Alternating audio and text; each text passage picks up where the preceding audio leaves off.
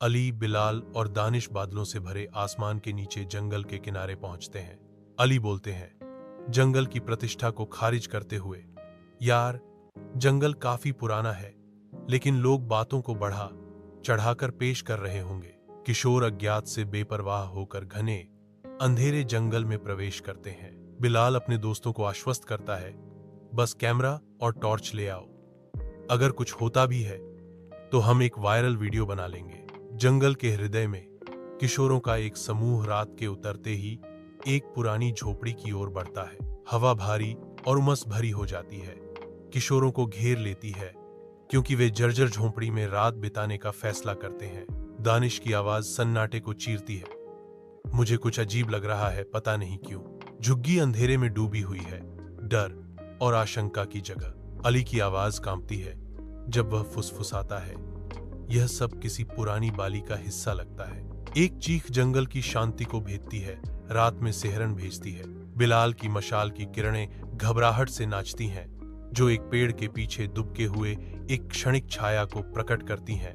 किरण अपने निशान पर पहुंचती है, लेकिन लंबा काला साया घने पत्तों में गायब हो जाता है। धुंधली झुग्गी में परछाइयां हल्की चांदनी के साथ नाचती हैं, जो नम धरती और बिना धुले कपड़ों की दुनिया को उजागर करती हैं। किसी ने मेरा हाथ पकड़ा था, दानिश चिल्लाता है, उसकी आवाज शांति में गूंजती है। तीनों जंगल में प्रवेश करते हैं। तुम लोग वापस जाओ। एक अजीब सन्नाटा सब कुछ ढक लेता है। बिलाल गिरता है, घने जंगल के नीचे गायब हो जाता है। अली घबराहट में चिल्लाता है, बिलाल।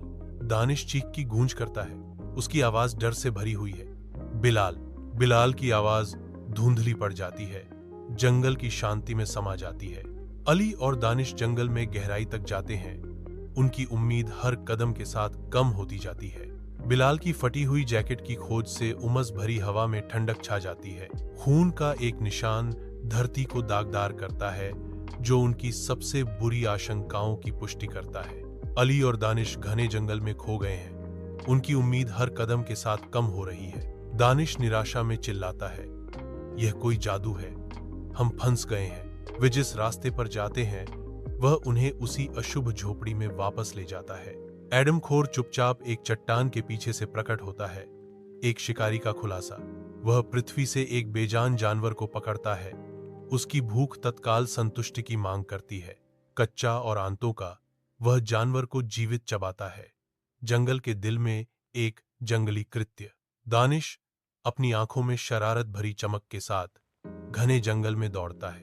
अली दृढ़ संकल्प से प्रेरित होकर दानिश का पीछा करता है। उसके हर कदम पेड़ों से गूंजते हैं। दोनों और दानिश नदी के किनारे पहुंचते हैं। हवा प्रत्याशा और डर से भरी हुई है। एक अचानक फिसलन, एक हताश गिरावट, दानिश नरभक्षी के जबड़ों में फंस गया। दानिश की चीख रात को भेदती है, जो आतंक का एक ठंडा प्रमाण है। अली पुराने मंदिर में शरण लेता है। हवा नम मिट्टी और भूले हुए अनुष्ठानों से भरी हुई है। चांदनी कमजोर रूप से दरारों से छनती है, लंबी विकृत छायाएं डालती है, जो मशाल की टिमटिमाती रोशनी के साथ नृत्य करती हैं। यह जंगल आदमखोर का है। हर 100 साल बाद यह जिंदा होता है। सिर्फ शुद्ध मन और हिम्मत से इसका सामना हो सकता है। अली प्राचीन त्रिशूल को ऊंचा उठाता है, आसन्न टकराव के लिए तैयार। एडम खोर प्रकट होता है।